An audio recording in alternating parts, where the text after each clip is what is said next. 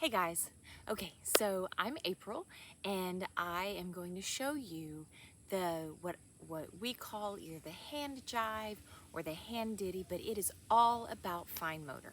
Okay, so this video is going to be the tutoring video, all right? So I'm going to walk you through it and I'm going to show you and talk to you what each move is going to be doing. And then there's a complimentary, is that the word I'm looking for? Anyway, there's a video that goes along with this that you will see after it that's going to say whatever, hand jive. Okay, so I'll make sure I name it appropriately. I know, if you've watched this several times, sorry about that. Just fast forward through this part. Okay, so what we are talking about today is what your students, your children, even your adults who have problems with fine motor skills. Okay, so let's talk handwriting. Sure. What about pincer grasp? Right? What about opening water bottles? I mean, whoever thought that we would have teenagers and adults who want to put a bottle in their teeth and open it because their hand grasp, because their finger grasp is not enough. So let's talk about strengthening our hands without using those big grips, because that's going to strengthen our grip, of course, but we want to get some dexterity in those fingers. We want to get some fine motor skills, but also it has been proven that fine motor skills are also shown to be a major part of even grasping ideas. Okay, so think with your children, think with your students. The ability to grasp ideas, even think, look, I say children and students, even think adults, loved ones that you know. All right, so let's look and see what this is all about. Okay, so the first thing is let's talk about hand grasp. So the Dr. Maskatova, who I give all credit for this, and Dr. Diane Whiteside, she came up with the ditty with the little song. So anyway, they get all credit for this. I am just regurgitating it here so that you guys can learn it, okay, and do it in your classrooms. All right, so this right here is called, it's where a hand grasp is. Now that is a reflex, it's a primitive reflex. Look it up, you can find all the things about it. And that's where when a baby's born or when they're small, you put your finger here and they're going to grab your finger, right? That's what they do. It's just how it happens. And then that helps them grab a bottle, and that helps them grab, that's the beginning process of like pincer grasp and hand grasp, okay, and fine motor. All right, so let's look. So we're going to do some sequential hands opening and closing, along with some fine motor skills, along with some writing thoughts, okay? Tripod and pincer and all those little grasps. All right, so the first thing we're going to do is, first of all, whenever I start the instructional video, the video that you will do with your children, with your students, I am going to do just one hand. Okay, because that's how it starts. Your students are going to have a hard time doing it with two, and so if they see me doing it with two, then they're going to try to do it with two, and they really need to use their dominant hand. Now, use of the other hand is going to be fabulous, so have them added in.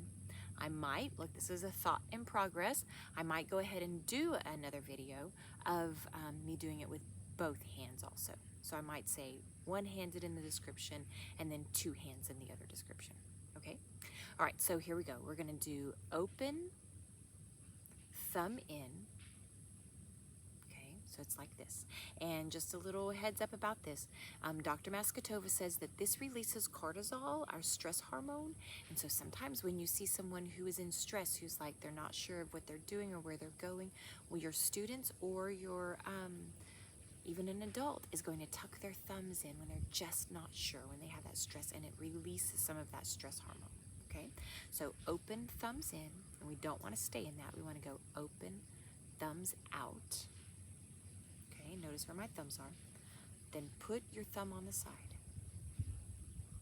Thumb comes up, and this is where I do some little fun, if I'm with kids, of course, but adults probably not, but I go, I don't know, adults can do it too, right?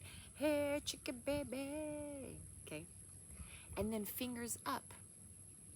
And this is for that little grasp, like, oh my gosh, I'm holding on to a cliff, right? And then we're gonna point, and point, point, point, point, point. Now, show me your duck. Pincer grasp, quack, quack, quack, in and out. So we're going to mimic having a pencil, right? circle round, and then circle back around. So we're going to do one way with our wrist and the other way. So that's mimicking our writing, right? Like if we are writing something, okay.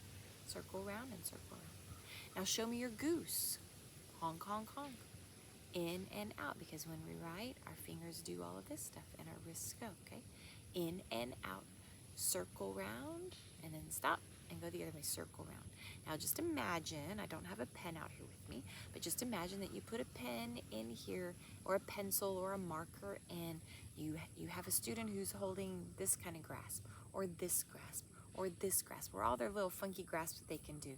If you say, show me your goose, and then you put that writing instrument in that goose, they can fix it where it makes the good tripod grasp, right? They make a good tripod, and then they're able to use that duck. So it's just a good starting point. It's not where you want to land for the whole time. Okay, show me your duck. Honk, honk, honk, in and out, circle around and circle around. Okay, now bunny nose and bunny ears. This is going to be fun to watch because this takes a lot more dexterity and thought process than you would even imagine. So bunny nose and bunny ears, and hop, hop, hop, hop, hop. So like the hop, right? So if you're doing little kids, you would do that.